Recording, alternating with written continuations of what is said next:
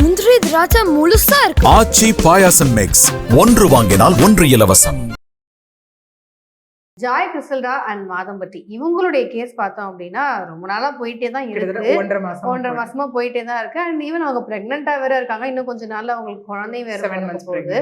So என்னதான் ma'am நடக்குது? Even அவங்க ஒய்ஃப் லாயராக இருக்கிறாங்க. அவங்க சைட்லேருந்து எந்த விதமான மறுப்புமே தெரிவிக்கல. இல்லை கேஸாக அப்பீல் பண்ணுவாங்கன்னு பார்த்தா அதுவுமே பண்ணலை. ஸோ இது எதுக்கு கீழே வரும் ஃபர்ஸ்ட் இவங்க கொடுத்த கம்ப்ளைண்ட்? ஏன்னா நிறைய பேரோட மென்டாலிட்டி எப்படி இருக்குது அப்படின்னா, அவங்க கல்யாணம் பண்ணாங்கன்னு தெரிஞ்சுதானேமா நீங்கள் இருந்தீங்க, எப்படிமா நீங்கள் கேஸ் கொடுக்க முடியும் அப்படிங்கிற மாதிரியான ஒரு பாயிண்ட் தான் இருக்குது. ஆனால் அவங்க என்ன சொல்கிறாங்கன்னா, இல்லை என்னை ஏமாற்றி தான் பண்ணிட்டு எனக்கு தெரியாது மேரேஜ் பண்ண, எனக்கு தெரியாது, டிவோர்ஸ் வாங்கிட்டேன்னு சொல்லி தான் மேரேஜ் பண்ணிட்டேன், எனக்கு கல்யாணம் பண்ணிக்கிறேன்னு சொல்லி தான் அதெல்லாம் பண்ணாரு அப்படிங்கிற மாதிரி சொல்கிறாங்க. ஸோ எந்த ஆக்ட் கீழே முதல்ல பதிவு பண்ணுவாங்க? முதல்ல அகைன் இது ஒரு வேலை. இது வந்து இதுல 2 விஷயம் இருக்கு. அடல்ட்ரியா பைகாமியா அப்படிங்கிற ஒரு விஷயம் இருக்கு இல்லையா? ஓகே, இதுல என்னன்னா இப்ப 2 விஷயம் போலாம். ஒண்ணு வந்துட்டு ஒருத்தவங்களோட வாழ்ந்துக்கிட்டே மற்றவங்க கூட லிவன்ல இருக்காங்க அப்படின்னா, அது நமக்கு வந்து ஐபிசி இருக்கும் போதே அது என்ன ஒரு ஸ்டாண்ட் எடுத்தாங்க அப்படின்னா, adultery okay was only a ground for divorce, not a ground for criminal action. First வந்து அடல்ட்ரினால எஃப்ஐஆர். அது நிறைய பேர் மிஸ்யூஸ் பண்ண ஆரம்பிச்சதுக்கு அப்புறம் அந்த மாதிரிலாம் நடக்கும்போது S அடல்ட்ரியா to an extent you can get divorce. அதுதான் ஒரு விஷயமா இருந்தது. ஓகே, அது அடல்ட்ரி. பைகாமி அப்படின்னா அதாவது ஒரு கல்யாண லைஃப்ல இருந்துகிட்டு இன்னொரு கல்யாணம் பண்ணிக்கிறது, தெரியாம. That is what bigamy. இப்போ இவர் விஷயத்துலயும் அந்த ஒரு சஸ்பென்ஸ் தான் கிரியேட் ஆயிட்டு இருக்கு. ஓகே, இது வந்துட்டு முதல் மனைவி கிட்ட இருந்து இன்னும் டிவோர்ஸ் வாங்கினாரா இல்லையான்றதே still it is like so silent, மௌனமா இருக்கக்கூடிய ஒரு விஷயம் இல்லையா? யாருமே இது தரப்புல இருந்து அவங்க தரப்புல இருந்தும் எந்த ஒரு விளக்கமும் இல்லை, எதுவுமே இல்லை, யாருமே அதை பத்தியும் சொல்லல. இப்போ ஜாய் கிறிஸ்டல் நாங்க என்ன சொல்லியிருந்தாங்க அப்படின்னா, இல்ல இவர் ஜுடிஷியல் செப்பரேஷன்ல இருக்கேன்னு சொல்லிதான் இவர் வந்துட்டு எங்கிட்ட வந்து இது பண்ணாரு, அப்ரோச் பண்ணாரு. So that we got married, அதுக்கப்புறம் நாங்க வந்து ஆரம்பிச்சோம் அப்படிங்கிற மாதிரி. அவங்களுக்கு இப்போ 7 months பிரெக்னெண்டா இருக்காங்க, இவர் தான் இந்த குழந்தை அப்படிங்கிற மாதிரி. இப்போ இன்னொரு விஷயமும் சொல்லியிருக்காங்க, இந்த குழந்தை பிறந்து வந்து சொல்லும் யாரோடது அப்படின்னும் போது வந்து சொல்லும். சாபம்லாம் வேற விட்டாங்க. அந்த குழந்தையோட சாபம் வந்து ஒரு நலன் மாதிரி. அது ஒரு பெண்ணுடைய மனநிலை, ஒரு தாயோட மனநிலை, ஏமாற்றப்பட்ட ஒரு பெண்ணின் மனநிலைன்னு கூட நம்ம சொல்லலாம். அகெயின் இதுலயும் இப்ப எப்படின்னா பாக்குறவங்க சொசைட்டி எல்லாமே ஜாஸ்தி கமெண்ட்ஸ் இந்த இடத்துலயும் இருக்கு இல்லையா? ஒரு பெண்ணை அது இன்னொரு பெண்ணு லைஃப் எப்படி வந்து ஸ்பாயில் பண்ணுவீங்க, ஓகே நீங்க எப்படி வந்துட்டு எதுவுமே தெரியாம நீங்க வந்துருவீங்களா அப்படிங்கிற மாதிரிலாம் இருக்கு. ஒரே விஷயம், உட்காந்து பார்த்துட்டு கமெண்ட் பண்றது ஈஸி. உள்ள இருக்கவங்களுக்கு தான் அதோட வலி வேதனை என்ன நடந்ததுன்னு முதல்ல முழுசா தெரியும் அந்த இடத்துல. ஓகே, இன்னொன்னு இன்னைக்கு ரியல் டைம் நிறைய கேசஸ் நடக்கிறது இந்த ப்ராமிஸ் ஆஃப் மேரேஜ் தான். ஓகே, நிறைய கேசஸ் அதுல தான் நடக்குது. ஓகே, ஏன்னா முன்னெல்லாம் நம்ம வந்துட்டு என்னன்னா இட் வாஸ் அ ரேப்னா ரேப், அது வந்து கன்சென்ட் இல்லைன்னா ரேப் தான். பட் இப்போ என்ன அப்படின்னா case without consent one thing. ரெண்டாவது வந்து என்ன அப்படின்னா forceful obtaining of consent to deceive. அதாவது நான் வந்து உன்னை மேரேஜ் பண்ணிக்கிறேன், நான் வந்து உனக்காக இதை பண்றேன் அப்படின்னு சொல்லி ஃபோர்ஸ்ஃபுல்லா ஒரு கன்சென்ட் வாங்கி பண்றதும் it is again amounts to rape தான். இப்போ இதே அன்அனெசரி விஷயத்துல என்ன ஆச்சு, நீ உன் பாய் ஃப்ரெண்டை அடிச்சிருவேன், ஃபோர்ஸ்ஃபுல் அந்த பொண்ணு கன்சென்ட்டே கொடுக்கல, ஃபோர்ஸ்ஃபுல் கன்சென்ட்டா இருந்தாலும் உன் பாய் ஃப்ரெண்டை அடிச்சிருவேன், உங்க வீட்டுல இதை சொல்லிடுவேன் அப்படின்ற மாதிரி எல்லாமே அங்க சம்திங் அவங்களை த்ரெட்டன் பண்ற மாதிரி ஒரு விஷயம் இருந்தது இல்லையா? சோ இந்த மாதிரி கிளாசிபிகேஷன்ஸ் பிஎன்எஸ் ஆக்ட் கீழே இப்போ இருக்கு. ஓகே, இப்ப இவங்க திரும்ப நான் 1.5 மாசம் சொன்ன விஷயம் என்னன்னா, ஃபர்ஸ்ட் கமிஷனர் ஆஃபீஸ்ல போய் கம்ப்ளைண்ட் கொடுக்குறாங்க. இந்த மாதிரி ஆல் ஆஃப் அ சடன் வந்து அவங்க இன்டர்வியூஸும் கொடுத்துருந்தாங்க அந்த இடத்துல. ஆல் ஆஃப் அ சடன் வந்து ஷூட்டிங் போகும்போது அதுக்கப்புறம் வரவே இல்லை, எந்த ஒரு கம்யூனிகேஷன்ஸுமே இல்லை, நான் கான்டாக்ட் பண்ண முடியல அப்படிங்கிற மாதிரி எல்லாமே அங்க சொல்லியிருந்தாங்க இல்லையா? ஸோ கம்ப்ளைண்ட் கொடுக்குறாங்க கமிஷனர் ஆஃபீஸ்ல போயிட்டு.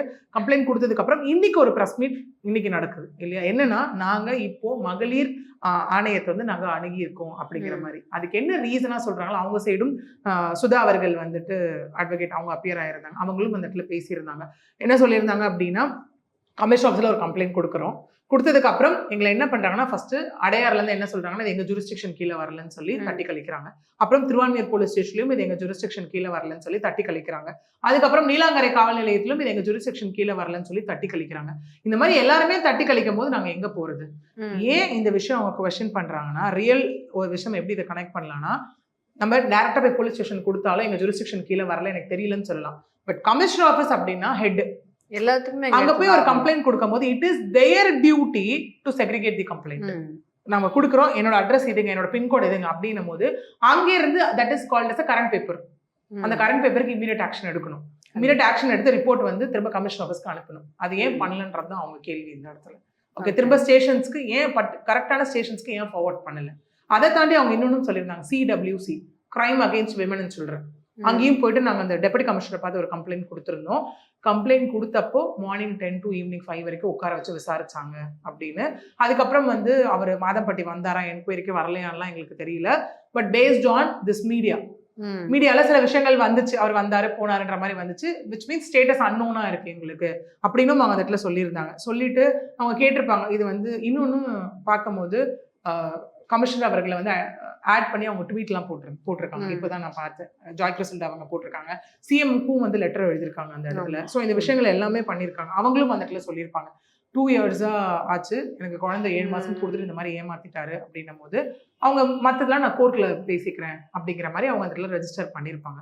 ஸோ திஸ் இஸ் வாட் இங்க இந்த கிளாசிபிகேஷன் இது அடல்ட்ரியா பைகாமியா இருந்தால் ஃபார் ஷுர் எஃப்ஐஆர் அரெஸ்ட் அது எல்லாமே அந்த இடத்துல இருக்கு. ஓகே, அவங்க கேட்குற கேள்வியே என்னன்னா இவ்வளோ தூரம் ஏன் அலைய விடுறீங்க? ஸோ விச் மீன்ஸ் சொசைட்டியில் பெரிய பர்சனாக இருந்தால் இந்த மாதிரி பண்ணுவீங்களா அப்படிங்கிறது ஒன்று. மீன்வைல் மாதம்பட்டி தரப்புல இருந்து திரும்ப அவர் கோர்ட் அப்ரோச் பண்ணார். தட் இஸ் இந்த வீக்ல நடந்தது. முன்னாடி அப்ரோச் பண்ணது என்னன்னா ஹைகோர்ட்ல ஒரு சிவில் சூட் போட்டார். தட் இஸ் டிஃபமேஷன் சூட் போட்டார். அவங்களோட அந்த ஃபுட் இது இருக்கு இல்லையா, யூனிட் இருக்கு இல்லையா, அது வந்துட்டு இவங்க டிஃபேம் பண்ணி எனக்கு இதனால 12 கோடி லாஸ் ஆயிடுச்சு, அவங்கள ஃபர்தரா இந்த மாதிரி டிஃபமேட்டரி ஸ்டேட்மெண்ட் எதுவுமே பண்ணக்கூடாதுன்னு அவங்களுக்கு தடை விதிக்கணும்னு சொல்லி போட்டாங்க. But court was very clear. Senthilkumar நீதிபதி அவர்கள் தான் வெரி கிளியர், அந்த மாதிரி தடை கொடுக்க முடியாது அப்படின்னு சொல்லி அதுக்கு மறுப்பு தெரிவிச்சிட்டாங்க அந்த இடத்துல. ஓகே, பாதிக்கப்பட்டவங்க அவங்க பேசுறாங்க, அந்த இடத்துல இருக்கு. இது உண்மை நிரூபிக்கப்பட்டால் கண்டிப்பா அந்த இடத்துல தண்டனைன்ற ஒரு விஷயம் இருக்கு. ஸோ அந்த கேஸும் இப்போ வந்துட்டு ஜாய் கிறிசல்டா அவங்க பக்கம் தான் சாதகமா தான் இருக்கு. ஓகே, ஒருவேளை வந்து இவங்க 2 பேரும் பேசிட்டோ இல்லை வந்துட்டு மாதம்பட்டியோ இல்லை அவங்க ஒய்ஃபோ வந்து யாராவது ஒரு ப்ரெஸ் மீட் கொடுத்துட்டாலோ இல்லை ஒரு அறிக்கையை வெளியிட்டுட்டாலோ அந்த விஷயம் முடிஞ்சே போயிடும் தானே? இது எல்லா கேஸ்லயும் நம்ம கேட்கறது தானே. இன்னைக்கே வந்து அவங்க தரப்புல இருந்து உங்களை யாராவது அப்ரோச் பண்ணாங்கன்னு கேட்டா அப்ரோச் பண்ணாங்க, என்ன பேசினாங்க அவங்க அப்படின்னு கேட்கும் போது கோர்ட்ல சொல்லிக்கிறேன் அப்படின்னு சொன்னாங்க. எனக்கும் என் குழந்தைக்கு ஏதாவது ஆச்சுன்னா அதுக்கு பொறுப்பு ரங்கராஜ் மட்டும்தான் அப்படின்னு அவங்க சொல்லியிருந்தாங்க இல்லையா. சோ இது எப்படின்னா இது அஸ் அ பப்ளிக் எல்லாருமே எதிர்பார்க்கறது ஒண்ணு. ஏன் அவங்க சைலண்டா இருக்காங்க, ஏன் அவங்க வாயை மூடிட்டு இருக்காங்க, ஏன் இப்ப ரங்கராஜ் அவர்கள் நடுவில் கொஞ்ச நாள் ஏதோ ஆஃப் ஆன மாதிரி இருந்துச்சு. இப்போ as usual is back to routine. Okay, எல்லா இடத்துலயும் ரொட்டீன் ஆயாச்சு அந்த இடத்துல. இது என்ன நடசி, இது வந்து ஒரு கோர்ட்ல போயிட்டு பண்ற ஒரு சிவில் விஷயமோ டிவோர்ஸ் விஷயமோ கிடையாது. திஸ் இஸ் சம்திங் என்னை நம்ப வச்சு கல்யாணம் பண்ணிட்டு என்னை ஏமாத்திர எனக்கு குழந்தை கொடுத்துட்டு போயிட்டாருன்றதுதான் ஒரு விஷயம். ஓகே, இது அகெயின் இந்த கொடுத்த கம்ப்ளைண்டின் பேரில் போலீஸ் ஃபர்தரா என்ன ஆக்ஷன் எடுக்க போறாங்க, இருக்க எவிடன்சஸ் எல்லாம் வச்சு என்ன பண்ண போறாங்கன்றத வச்சுதான் நமக்கு அடுத்தது அந்த செக்ஷன்ஸை வச்சுதான் we can decide இது என்ன மாதிரி சிவியாரிட்டி கீழே வரப்போகுது based on the evidences and everything. இப்போ இவங்க கோர்ட்டுக்கே போறாங்க அப்படின்னாலும் ஒரு கல்யாணம் ஆன தம்பதி வந்து கோர்ட்ல டிவோர்ஸ் கேட்டு போறதுக்கும் இல்லை என்ன ஏமாத்திட்டாங்க என் வீட்டுக்கு இது பண்ணல அப்படின்னு சொல்லி போறதுக்கும் இந்த மாதிரி அடல்ட்ரியில இருக்கிறவங்களோ இல்லை நீங்க சொன்ன மாதிரி வீனஸ்ல இருக்கிறவங்களோ அவங்க கோர்ட்டுக்கு போறதுக்கு என்ன மாதிரியான வித்தியாசம் இருக்கு? சப்போஸ் நீங்க இப்போ உங்க சைட்ல வராங்க அப்படிங்கிறப்போ நீங்க என்ன மாதிரி கேஸ் போட்டு அவரை நீங்க வர வைப்பீங்க? இதுல ஒரு விஷயம் இருக்கு. என்ன பண்ணுவோம் அப்படின்னா போலீஸ் கம்ப்ளைண்ட் கொடுக்குறோம், வேலை செய்யலாம், அடுத்தது நம்ம பண்ண போற விஷயம் டைரக்ஷன் பெட்டிஷன். கோர்ட்டுக்கு போயிட்டு கோர்ட் அப்ரோச் பண்ணி சோ இவ்வளவு கம்ப்ளைண்ட்ஸ் நான் கொடுத்துருக்கேன், இதெல்லாம் நான் பண்ணியிருக்கேன், நான் இப்படி எல்லாம் பாதிக்கப்பட்டிருக்கேன் அப்படின்னு ஒரு ப்ராப்பர் பெட்டிஷனை டிராஃப்ட் பண்ணி இதெல்லாம் எங்கிட்ட இருக்க எவிடன்சஸ் அட்டாச் பண்ணி நான் கோர்ட்ல போய் டைரக்ஷன் தான் அடுத்தது மூவ் பண்ணேன்.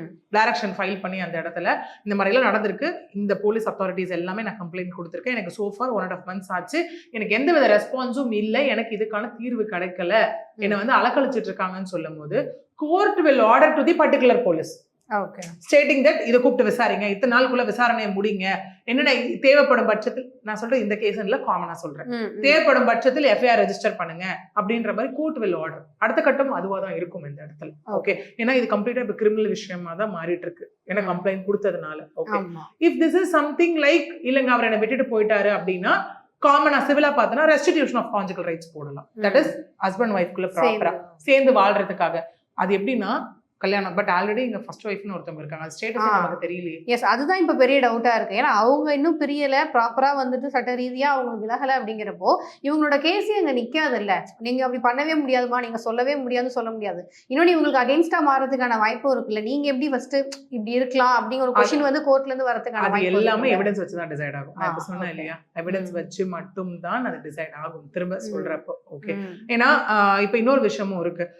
அடல்ட்ரி அப்படின்னு நம்ம பார்க்கும்போது பார்த்தோன்னா அடல்ட்ரிக்கும் ப்ராப்பர் உள்ள போற டிவோர்ஸுக்கும் என்னன்னா இதுலயும் வந்துட்டு நமக்கு ஃபார் எக்ஸாம்பிள் குழந்தைங்க பிறக்கும் போது பார்த்தோம் அப்படின்னா அடல்ட்ரி ஒரு விஷயத்துலயும் மெயின்டெனன்ஸ் போகலாம், இங்கேயும் மெயின்டெனன்ஸ் போகலாம், அங்கேயும் குழந்தைங்களுக்கான ஒரு செட்டில்மெண்ட் இருக்கும், இங்கேயும் குழந்தைங்களுக்கான சொத்துக்கள் கொடுக்கப்படும். ஒன்லி விஷயம் அடல்ட்ரி அப்படிங்கிற ஒரு விஷயம் live in and marriage. Live இன்குள்ள என்னன்னா டிவோர்ஸ்ன்ற ஒரு கான்செப்ட் மட்டும் இருக்காது. ப்ராப்பர் மேரேஜ்ல டிவோர்ஸ்ன்ற ஒரு விஷயம் இருக்கும். மற்றபடி இங்கேயும் டொமஸ்டிக் வயலன்ஸ் போகலாம், இங்கேயும் டொமஸ்டிக் வயலன்ஸ் போகலாம். ஓகே, எல்லாமே ஈக்குவல் தான் except the concept of divorce. Okay, இப்போ சப்போஸ் வந்து மாதம் பட்டி இப்படி ஒரு ஃபைல் பண்றான்னு வச்சுக்கோங்களேன். ஆமா, நாங்க பழகுனது உண்மை தான், பட் ஃப்ரெண்ட்ஸாக தான் நாங்க இருந்தோம், இல்லை நாங்க இது மாதிரி கொஞ்சம் இன்க்ளூட் ஆயிட்டோம், பட் இதில் எங்களுக்கு எந்த உடன்பாடும் இல்லைன்னு சொல்லி அவர் பேக் அடிக்க ஆரம்பிச்சாருன்னா இது எப்படி? அது எப்படி ஆகும்னா, இதே அவர் சொல்ற மாதிரி திருமணம் ஆகாத நபரா இருந்தா ஓகே, ஆல்ரெடி மேரேஜ் ஆயிட்டு இருந்து இதான் திரும்ப whether this thing amounts to promise of marriage or not, அதுதான் விஷயம். எங்கேயாவது நான் உன்னை கல்யாணம் பண்ணிருக்காருன்னு ஏதாவது வாக்குறுதி கொடுத்துருக்காரா, அதுக்கு என்ன எவிடன்ஸ் இருக்கோ அதை வச்சு, இல்ல முதல்ல நான் கல்யாணம் பண்ணிட்டு ஜாலியா கூட ஃபன்னா பழகுறேன் அப்படிங்கிற ஸ்டேட்மெண்ட் இருக்கான்றத வச்சுதான் இது அடுத்த கட்டத்தை நோக்கி போகவே போகுது. பட் அவங்க போட்டோவே வெளியிட்டாங்க. ஆக்சுவலா அந்த போட்டோ தான் ஃபர்ஸ்ட் டைம் அவங்க வெளியிட்டாங்க அப்படின்னு நினைக்கிறேன். வீடியோஸ், அவர் வீடியோ கால்ல பேசுற வீடியோஸ் எல்லாமே. அப்ப இன்ன வரைக்கும் இவர் மேல இன்னும் சார்ஜ் பண்ணாதுக்கோ, இல்ல வந்து நீங்க சொன்ன மாதிரி பெட்டிஷன் போடாததுக்கான காரணம் என்னவா இருக்கும்? அவரை கூப்பிட்டு இன்னொன்னு போலீஸ் ஸ்டேஷன்ல இன்னி கம்ப்ளைண்ட் கொடுத்துட்டு நாளைக்கு போய் டைரக்ஷன் பெட்டிஷன் ஃபைல் பண்ண முடியாது. we have to give ample of time அந்த இடத்துல. ஓகே, இது ஃபைல் பண்ணிட்டோம், இந்த அத்தாரிட்டிஸை போய் இத்தனை நாள் பார்த்தோம், எனக்கு இவ்வளவு நாள் டிலே ஆயிருக்கு அப்படின்ற ஒரு விஷயம் இருக்கு. இப்போதான் 1.5 மாசம் தான் ஆயிருக்கு. மேபி அது அவங்க மேபி அது அவங்க ஃபர்தர் ஸ்டெப்பா கூட பண்ணலாம். ஓகே, அப்படிங்கிற போது இங்க ஒரே விஷயம், கொடுத்த கம்ப்ளைண்ட்டுக்கு அவரை கூப்பிட்டு விசாரிச்சிங்களா, என்ன ஆக்ஷன்ஸ் எடுத்திருக்கீங்க, எனக்கு என்ன ரெமெடிங்க அப்படிங்கறத இவங்க கேள்வியா இருக்கு. அதுக்கான பதில தான் இப்போ நம்ம வெயிட் பண்ணி பார்க்கணும். இதுக்கப்புறம் தான் அவங்க கோர்ட்ல போயிட்டு அடுத்து ஃபர்தரா மூவ் பண்ணுவாங்க. இங்க இது போலீஸ் ஸ்டேஷன்லயே கூப்பிட்டு என்கொயரி பண்ணி நடக்க போகுதா, இல்ல டைரக்ஷன் பெட்டிஷன் வரைக்கும் போகுதா அப்படிங்கிறது ஒரு பக்கம். இன்னொரு பக்கம் இல்ல இங்க டிவோர்ஸ் வாங்கிட்டு இந்த விஷயம் நடந்ததா, இல்ல அது இங்க வந்து ஜுடிஷியல் செப்பரேஷன்ல இருக்காங்கன்னு சொல்லி என்கிட்ட அவர் வந்தாருன்னு சொல்றது வந்துட்டு நிஜமாவே அது சொன்னது அது உண்மையா இல்ல என்ன அப்படிங்கிறது எல்லாமே நமக்கு அடுத்தடுத்த கட்ட என்கொயரிஸ்ல தான் எனக்கு தெரியும். ஓகே, சப்போஸ் இப்போ இந்த மகளிர் ஆணையம்க்கு போறாங்க அப்படிங்கிறப்போ அவங்க சைட்ல இருந்து என்ன மாதிரியான அழுத்தங்கள் வந்து கொடுக்கறது? கண்டிப்பா இப்போ விமென்ஸ் கமிஷன் அப்படின்னும் போது இப்போ 2 விஷயம் தான். இதே ஹியூமன் ரைட்ஸ் கமிஷனா இருக்கட்டும் இல்ல விமென்ஸ் கமிஷனா இருக்கட்டும், என்ன ஆகும் அப்படின்னா, இது வரைக்கும் போலீஸ் கிட்ட நான் இதெல்லாம் பண்ணியிருக்கேன், காவல்துறை கிட்ட இதெல்லாம் கொண்டு போய் கொடுத்துருக்கேன், இருந்தும் எனக்கு நீதி இல்லைன்னும் போது கண்டிப்பா அவங்க ப்ரெஷர் அந்த இடத்துல இருக்கும். ஏன் நீங்க இதை பண்ணல, எது உங்களை தடுத்துச்சு, ஏன் நீங்க இவ்வளவு நாள் இதுக்கு மேல, அதுவும் கமிஷன் ஆஃபீஸ் கரண்ட் பேப்பர், ஏன் நீங்க இதெல்லாம் பண்ணல அப்படின்னு சொல்லிட்டு கண்டிப்பா அங்க அழுத்தங்களும் கேள்விகளும் நிறைய அங்க கேட்கப்படும்.